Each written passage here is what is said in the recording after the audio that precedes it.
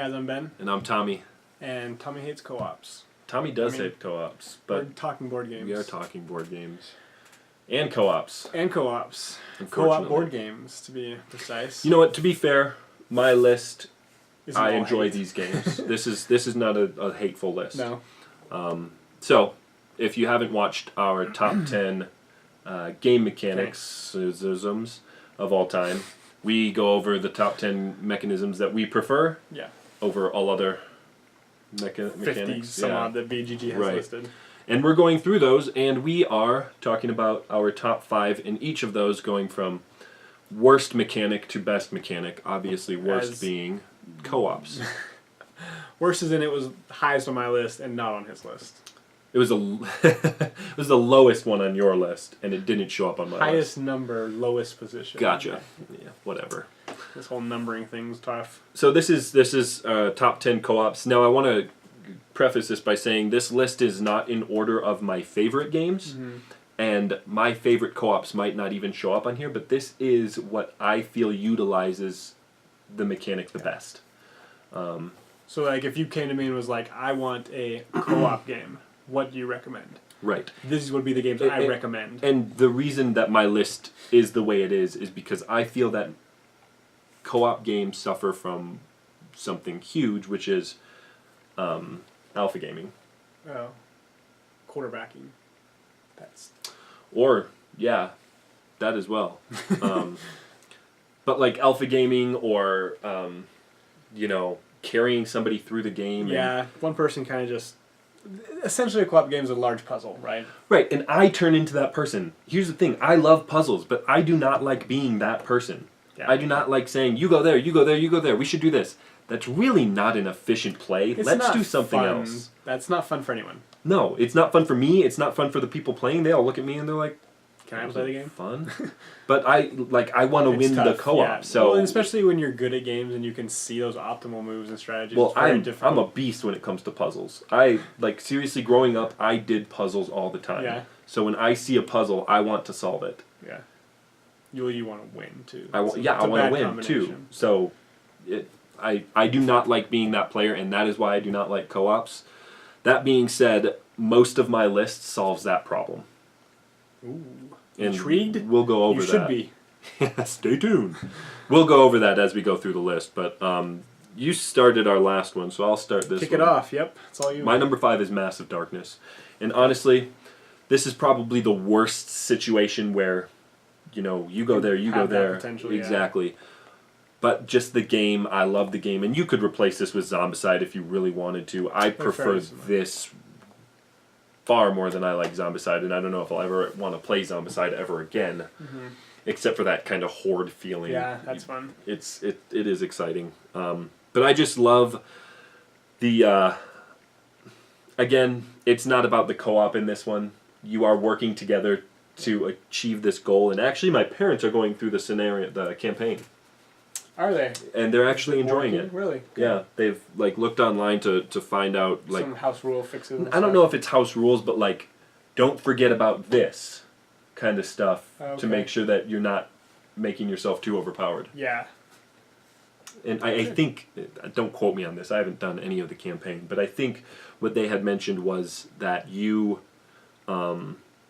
if you get any items that are above the level or whatever that you're on, or that you're going through or something, during your next scenario, you have to get rid of them.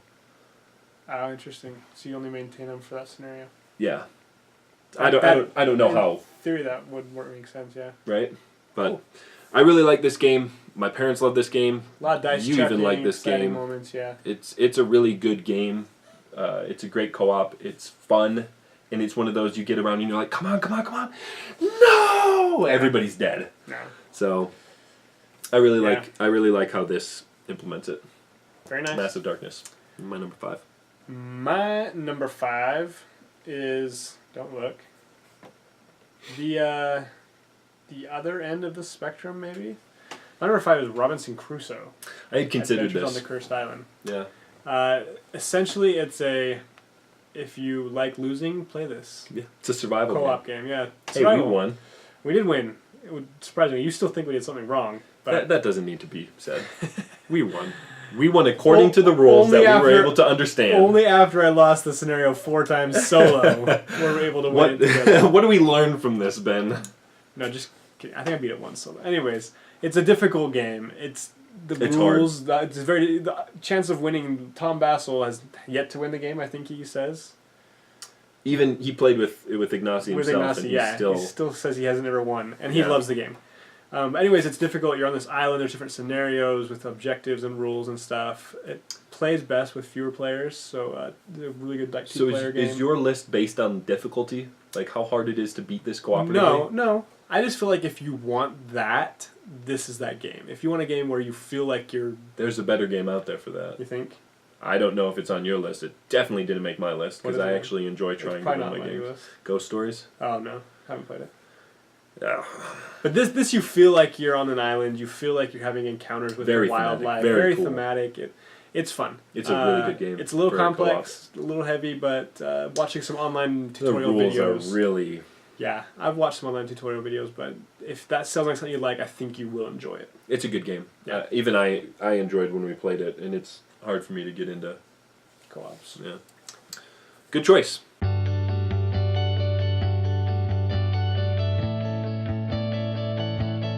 My number 4 is quite an interesting one, and one that I probably wouldn't suggest playing with more than 3 at most.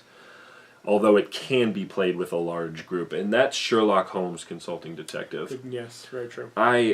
This is really, the thing that's great about this game is I can look at this and be like, well, what do you guys think we should do?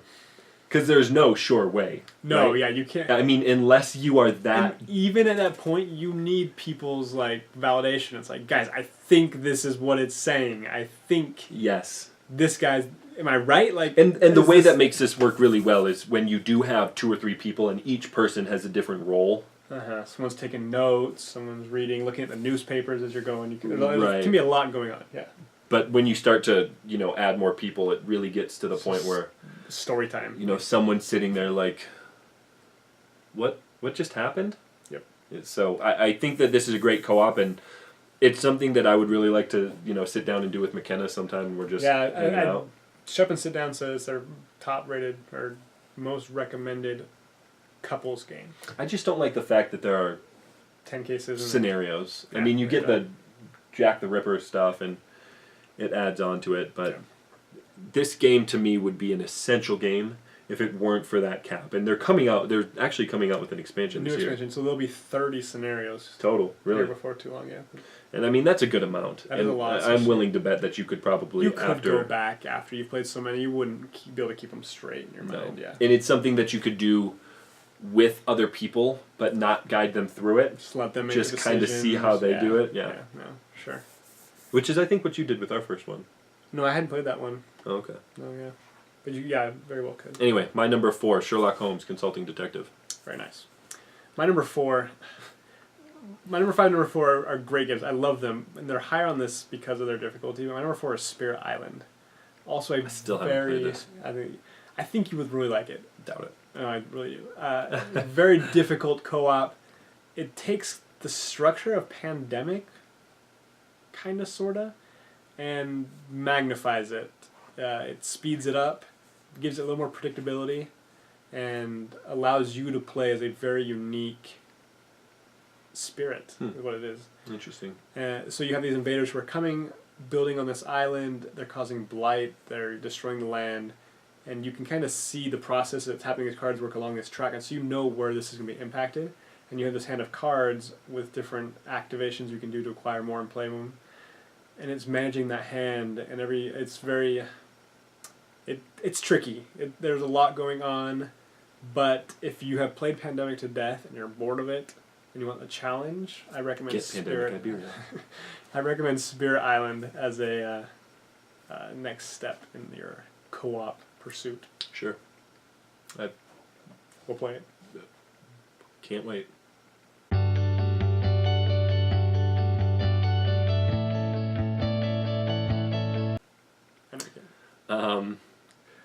My number 5, 3 My number 3. 53. My number 53. This escalated very quickly. We're going to do quite a few of these games. Buckle up. I up. don't think I've played 53 co-ops, and I've played a lot of games. Oh, there are.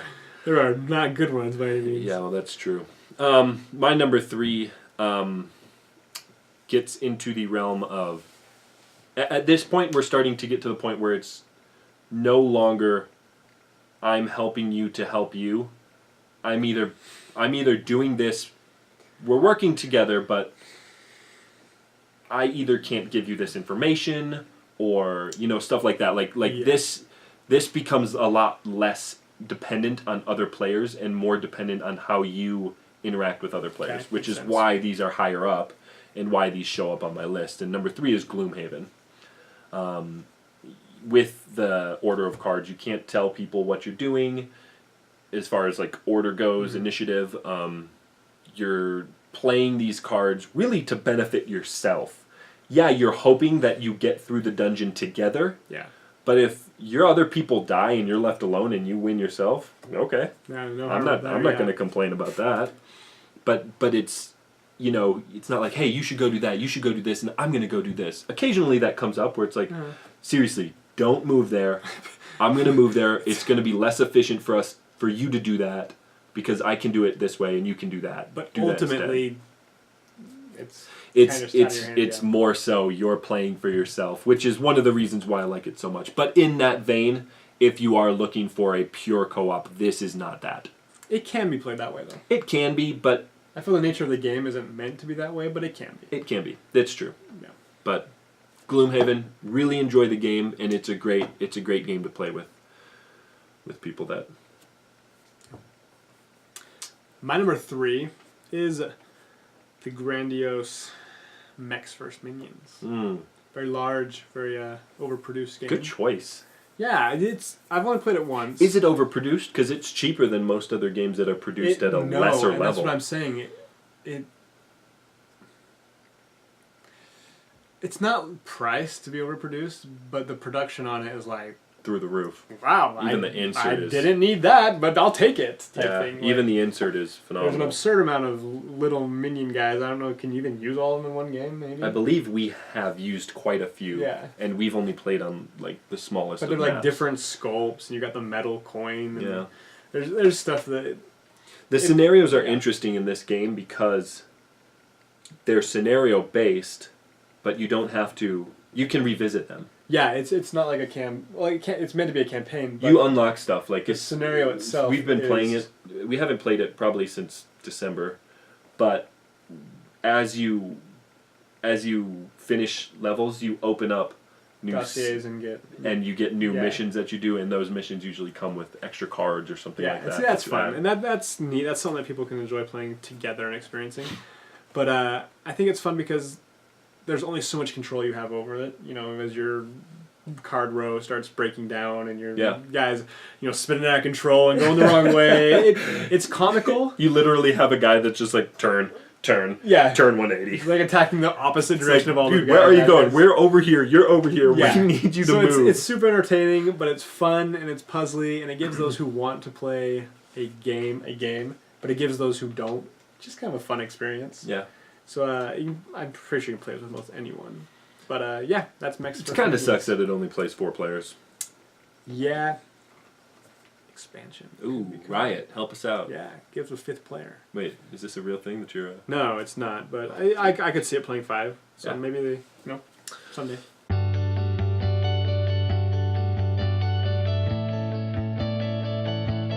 All right, number dos. Numero dos. Okay, well... Some people don't know what that means. Number 2. Number 2.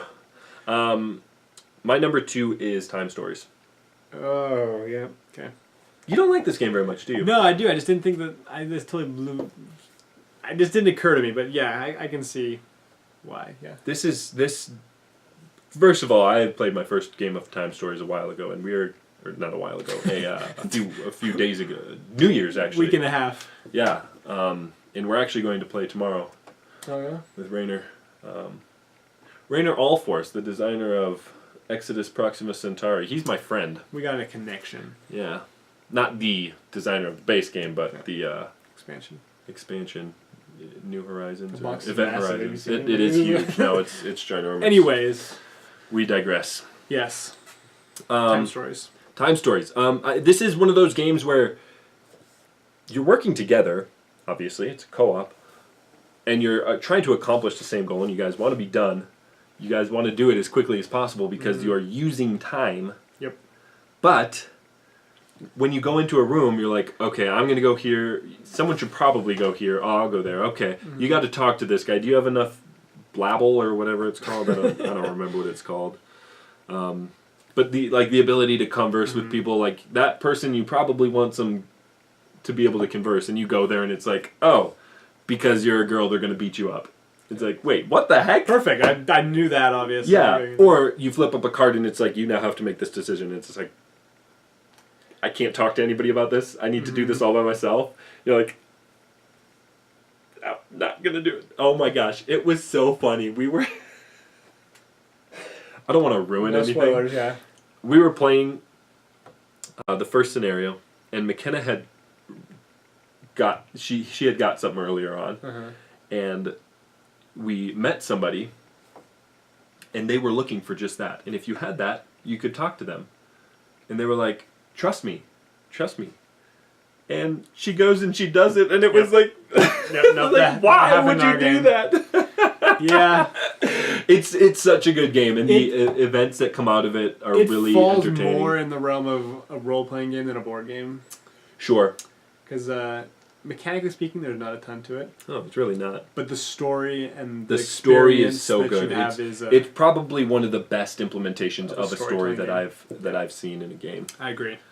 But no, I really like it, and again, you're not going off of other people. A lot of the time, you're playing. In that aspect, it's a discussion because no one really knows. Yeah. You can't say for sure. But even right or wrong. The card that you flip up, you're not able to. You can't show it. You just have to make the choice. Tell people.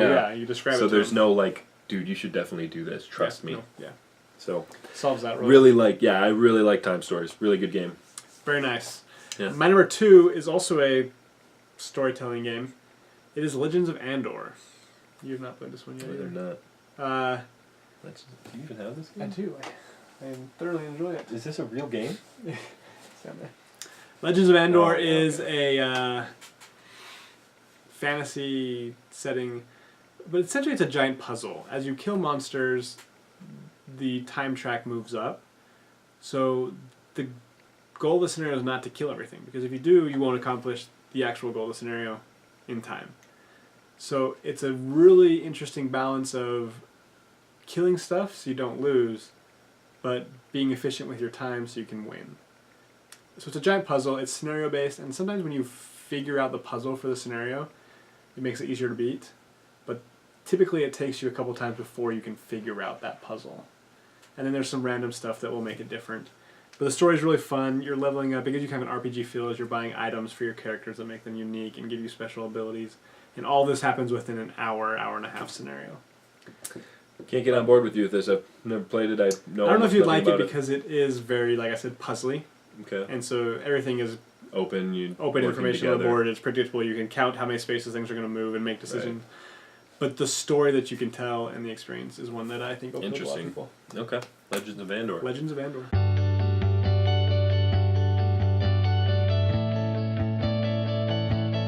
All right, time for our number 1. Number you ready 1. to lose again? Yep, always do. I'm going to make you go first again. Yep. Do you know what mine is? We'll get to that. Number 1, let's see. You know what my number 1 is. It's Gloomhaven. Yeah. Yeah, okay. So I'm going to give this with a little caveat. It's either Gloomhaven or Pandemic Legacy.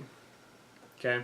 I haven't played Pandemic Legacy, but I can recommend it solely based on my experience with Pandemic and what I know of the Legacy system. The difference between these two is the time you want to invest and who you're going to play it with. And the money. Yes.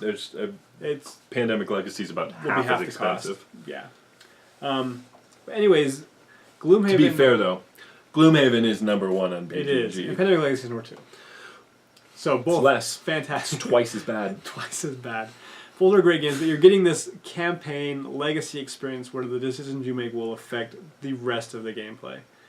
Moving forward in Pandemic for up to probably roughly 18 games, and in Gloomhaven, upwards of probably 40, 50. But the progression you see within the story, within your characters, the memorable experiences, those aha moments as you pull stuff out of boxes, and I think also the story in Pandemic Legacy is more of a story than the story in Gloomhaven is. From what I've heard, I haven't played. The story in Pandemic is probably more focused. Right. The story in Gloomhaven is going to be much more all over the place. Yeah. But yeah. Anyways, if you want that experience with a dedicated group of people, I recommend either of these games. Tommy already covered. Any? Either. Either or. No, because that's 2, isn't it? There's 2. Pandemic Legacy or Gloomhaven. Oh, I thought you were talking about. No. Thought you were capping your list off. Nope. Gloomhaven, a wonderful co-op, if you can commit that time to it.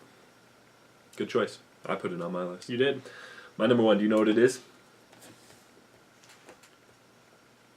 Based on your reaction, it's not Mechs vs. Minions. I don't know. You don't know. My number 1 is Mechs vs. Minions. Why did you act like, oh yeah, I didn't think of that. Yeah. Yes, you did. Mechs vs. Minions. I love Mechs vs. Minions. This game can be so hilariously funny, and also it immediately gets rid of that alpha gamer syndrome, because I make this line, you make that line, and it doesn't matter what I tell you to do. You have to do these things. Yeah. It's like, hey, we need to get over here. It's like, okay, well, I'm going to go this way, and I'll work on getting over there when my guy's fixed. Yeah. It's really fun, and it's an entertaining game. It's got a beautiful table presence and a lot of differences in the scenario. Like one of them, we were pushing a bomb.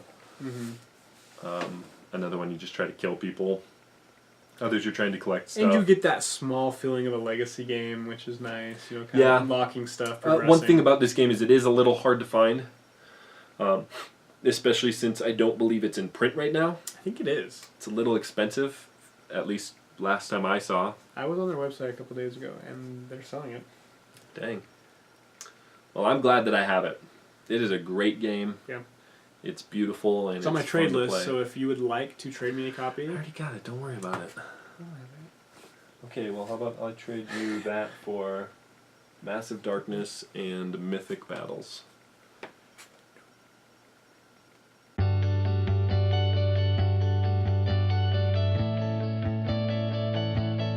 Anyway, go watch our top 5 list, where our top 10 game mechanics list, where we go over our top 10 game mechanics, and keep an eye out for our next upcoming lists.